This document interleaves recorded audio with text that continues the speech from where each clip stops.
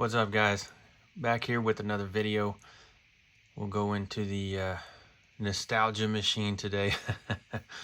Go back to the early 90s again, which was the best collecting time of my life. Just everything about it. The friends I had that I collected with, just the stuff that was coming out, just the excitement of the time, my age at the time, just everything about it was was fantastic. So I'll always love those cards. But what I wanted to talk about today are the Upper Deck SPs of the early 90s. Now, I'm not talking about Upper Deck SP, like as in Jeter rookie, but the Upper Deck specials that they did. And people call SP short print these days, but at the time, they were just the special cards that they randomly inserted in packs. Some of these you might not have seen before, but a couple of them you certainly have.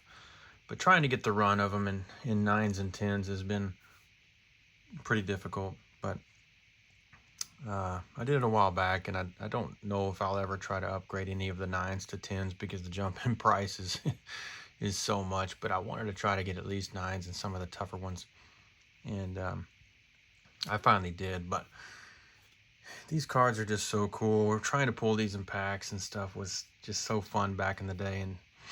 And it was hard to do unless you just opened a ton of product. But I didn't know anybody back then that did. We opened packs. We weren't opening boxes and cases, you know what I mean? So I look back on that time with such fondness, and I'm sure I'll talk about it a lot over time. But so in 1991, of course, they came out with this card, the Michael Jordan SP. But I want to set the record straight a little bit. A lot of people think this, just because they don't know and they weren't around, they think this is when he went to play baseball. It has nothing to do with when he went to play baseball. This is just when he took batting practice with the White Sox. He played in Chicago. He went across town, suited up, took some batting practice for fun. Kind of a publicity stunt. Of course, they took pictures. Upper Deck made a card. That's all it was. It was, 3 years later when his dad died and, their dream was for him to play baseball. He went and played for a couple years. That's a different story. This has nothing to do with that. This was just an innocent go over, hang out with the White Sox, take some BP. He was still playing basketball at that time. So just saying that because so many people see this card and they're like, yeah, I remember when he played baseball. No, it's not that. It's just batting practice. But yeah, so that was 91, but there was actually a card in 1990 that came out. This is just an aside. There's a few cards I want to show you extra before we get to the other SPs, because there are 6 SPs. But 1990, Sports Collectors Digest had this card. So this is his earliest baseball rookie, if you want to call it that. But that's the pocket price guides from SCD. Has his Fleer rookie on the back. But that's a really cool card. But that was a year before that one. So I wanted to show that. But there were other things made for that batting practice. Ball Street, which is another magazine, came out with one. Same exact batting practice. They made this card. Kind of has gold foil. This one's in a CSG 9. Really hard to find in good condition with these black borders. But that's that card. Another one from the same batting practice. You can see he's about to swing right through that ball. That one ain't going anywhere. But yeah, that was another one from the same thing as the Upper Deck SP. And the last one is a prototype from RBI magazine. It's a prototype. I don't think these ever went anywhere, but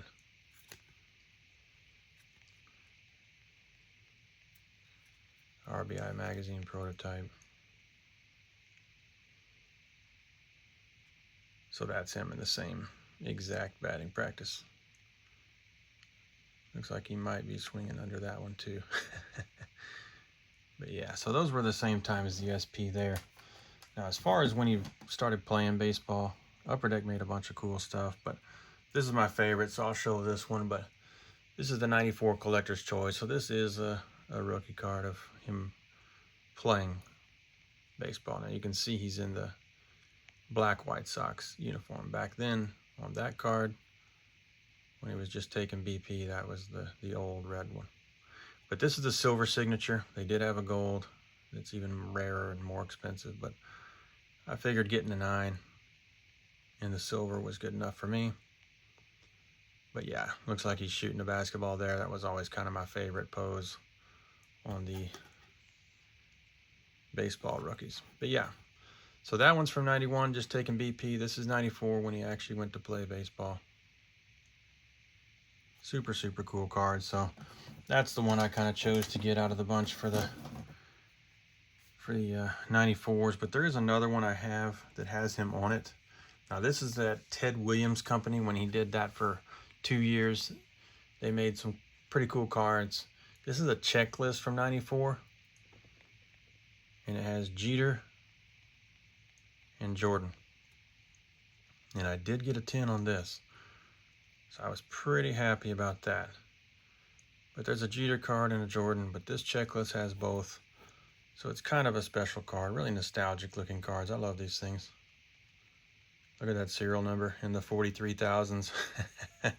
These are rare. No, they're not rare. They're pretty tough to get in a 10, but hey, I just like the card.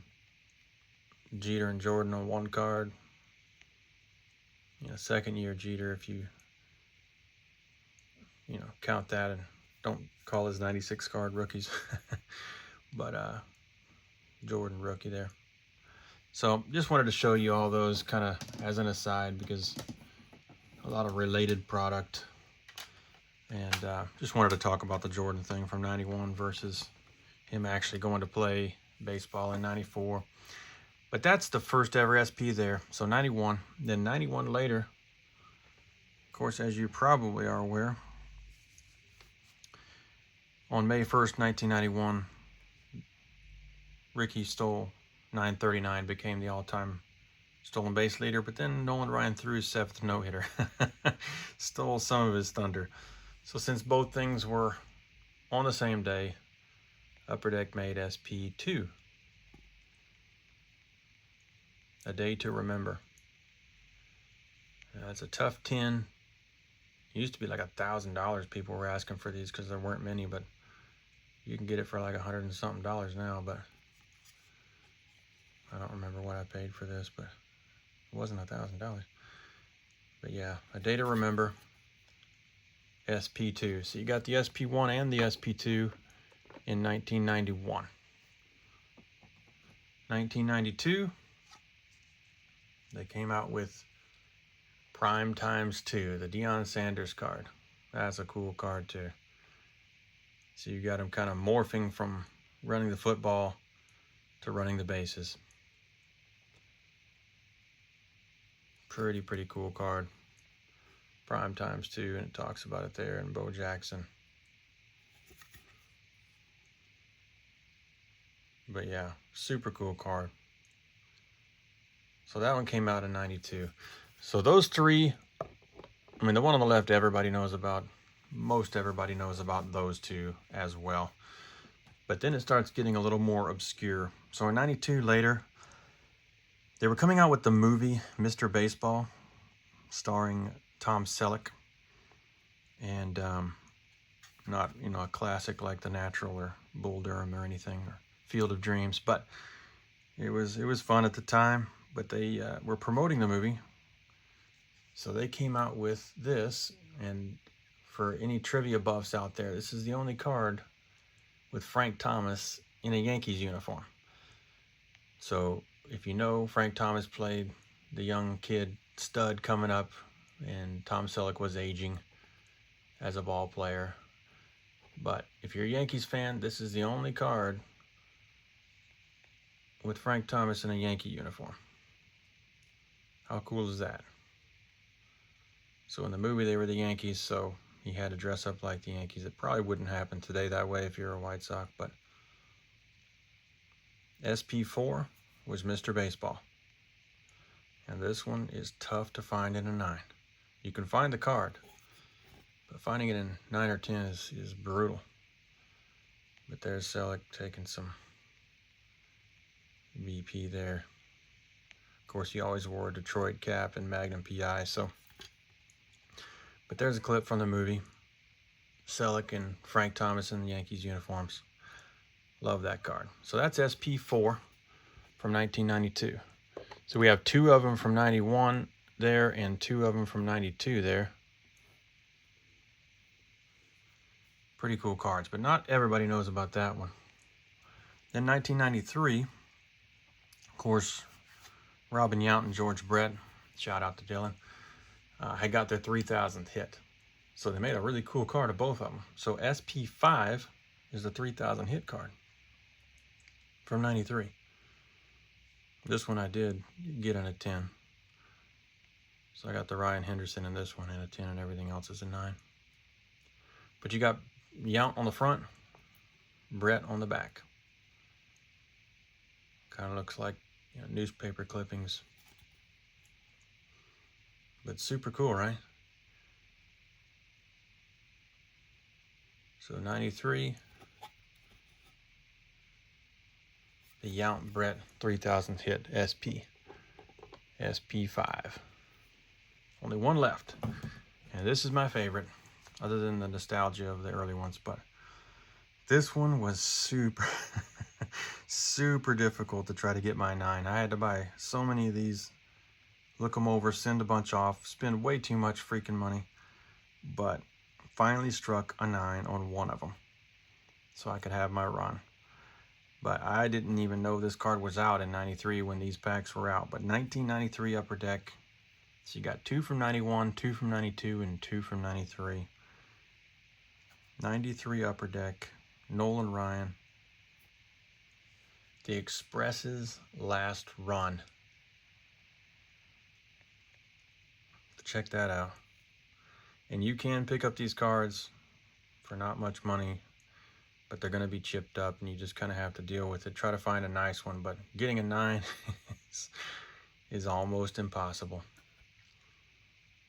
But there he is, the GOAT.